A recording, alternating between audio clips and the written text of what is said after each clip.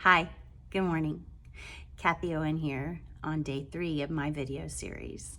It's funny that today is the day, it's March 25th, 2020, and I had a trip planned to go to New York to meet my son and bring him home. We were gonna do a lot of different things on the way home. We were gonna take our time coming back because his truck is there and it's still there.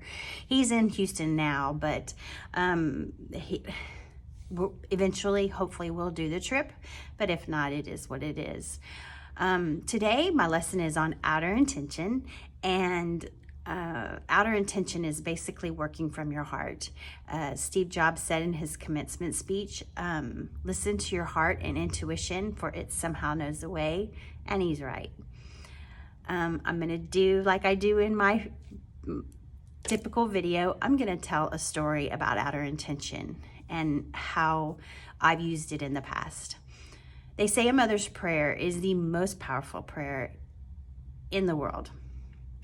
Actually, Betty Eadie in the book Embraced by the Light said when she had afterlife experience, she could see mother's prayers coming up to heaven, however you want to picture that. And it was extremely fast, very fast. But the type of prayer that I'm talking about isn't like getting down on your hands and knees, please Lord, let this work out, let this be. No, it's more along the lines of what Neville Godard teaches, and it's using your heart and your mind, imagination-wise, to bring your prayers, your outer intention into place. So my son, February 24th to be exact, was going to give us 2 weeks notice to this company he'd been working for. It's called Genesco Sports, and they do sports marketing for sporting events, which is almost non-existent right now. He started working there a year ago. Imagine if he was trying to get in there now, he would be lost. He loves working in the sporting industry, but he decided it was time for him to come home. So he had to give his 2 weeks notice, and he was stressing about it because other people had given 2 weeks notice in his tenure there, and they were escorted off campus. They were treated poorly, and there was even a lawsuit that was taking place because somebody was fired for improper procedures probably, but I don't know the whole deal about that. So my son was very apprehensive about giving his 2 weeks notice, and he lost sleep over it. He would tell me how stressed out about it he was. And it came time, February 24th was the date, and that was a Monday. And he gave his notice.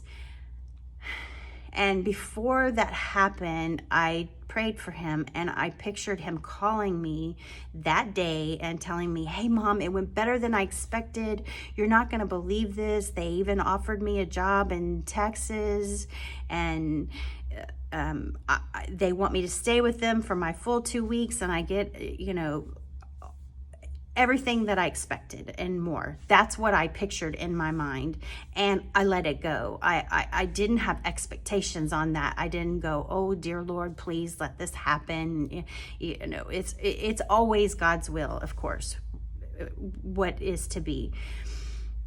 Anyway, so February 24th came around, a Monday, and about 3:30 in the afternoon, my phone rings, and it's my son, and he goes, Mom, why didn't you call me? And actually, I had forgotten because I had let it go.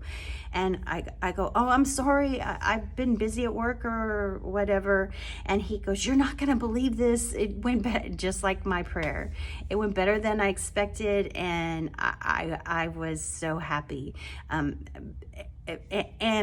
looking back at it, I can add other things to that I had prayed for because I wanted him here. I wanted him home where I could easily get to him if something was needed, or, I just missed my son. So in retrospect, that prayer was even more powerful than I thought, because the timing of everything worked out perfectly.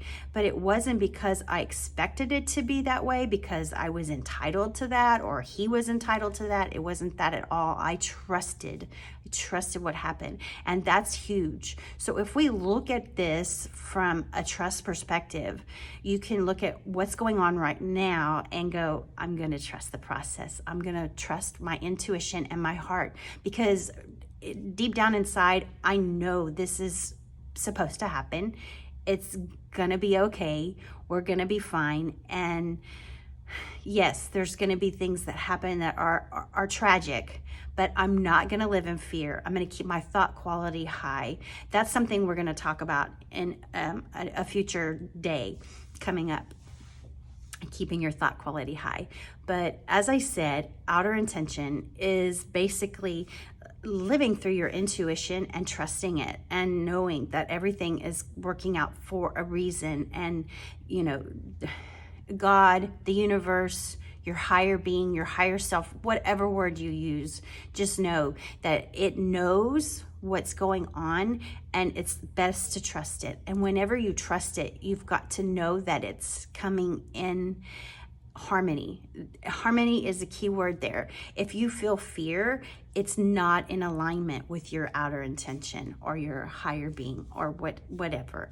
So when you do feel fear, it's going to be normal, it's natural, but just know that that will pass. Like I said in another video, journal it, write it down, and then when you do that, you'll be able to go back and look at it with the pruning shears of revision. It's something else I'm going to talk about in a future video, and know that everything happens for a reason and it's all good.